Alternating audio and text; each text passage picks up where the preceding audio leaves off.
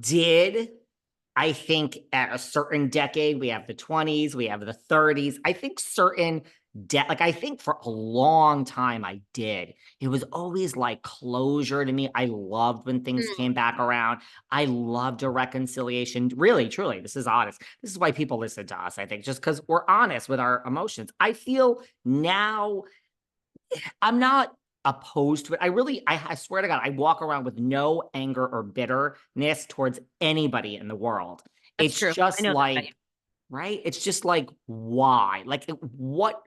I mean, we could reconcile and say, okay, everything's fine, but it's already fine to me. Again, I mean, I know I accused Margaret of threatening me last summer when I saw her at Jill's party, but I mean, the point is, like, I really don't have any, and it's not just Margaret that we're talking about. We all know we're talking about a lot of other people here, but what's the point of reconciliation? Like, when you know what someone's about, it's kind of like, look, I wish you the best of luck in life, as my good friend Renee from Mob Wife says, over there. When I ask her about Drita, she says, I wish Drita the best of luck over there. I'm going to steal this from Renee Graziano.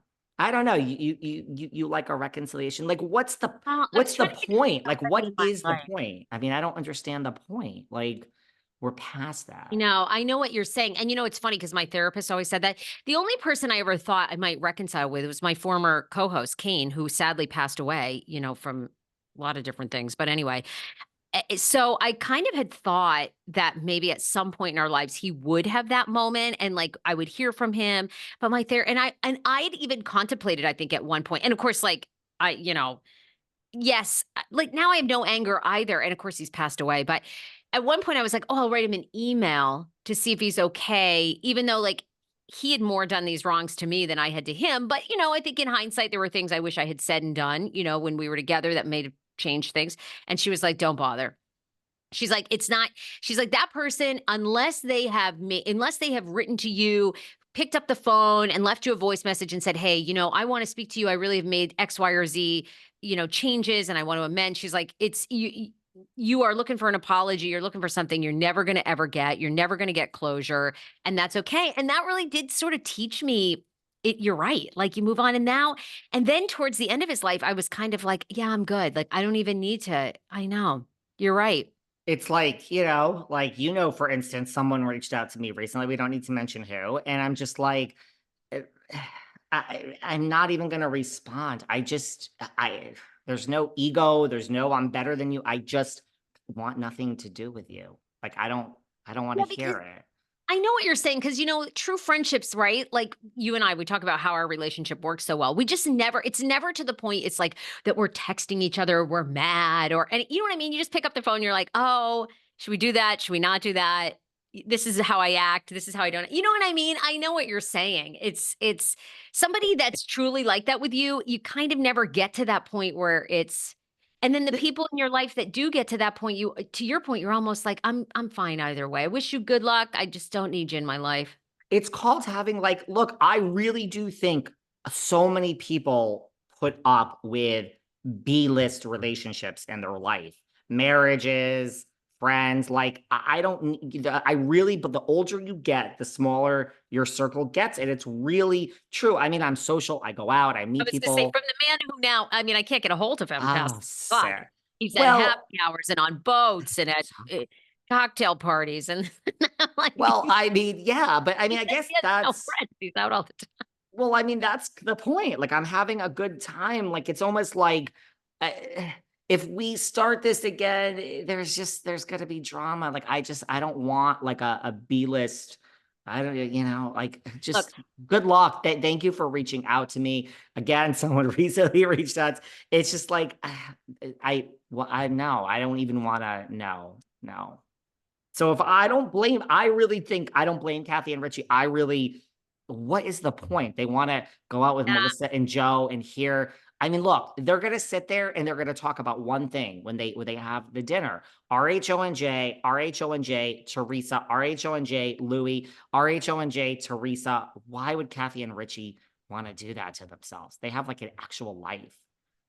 I Rachel, don't want to talk, nor will I talk RHONJ. When this microphone goes off and we are canceled, which, honey, at this rate is, I think, decades away at the rate we're going. But when we are canceled here and this microphone don't work no more, I'm not going to talk. I would be like, I what? No, I'm not sitting. Now, you could still book me for my rate and I'll talk RHONJ all day. But no, I don't want to talk this. So, look, why would they want to do that? It just seems like, so I think that Richie was kind of sending a message to Melissa Gorga.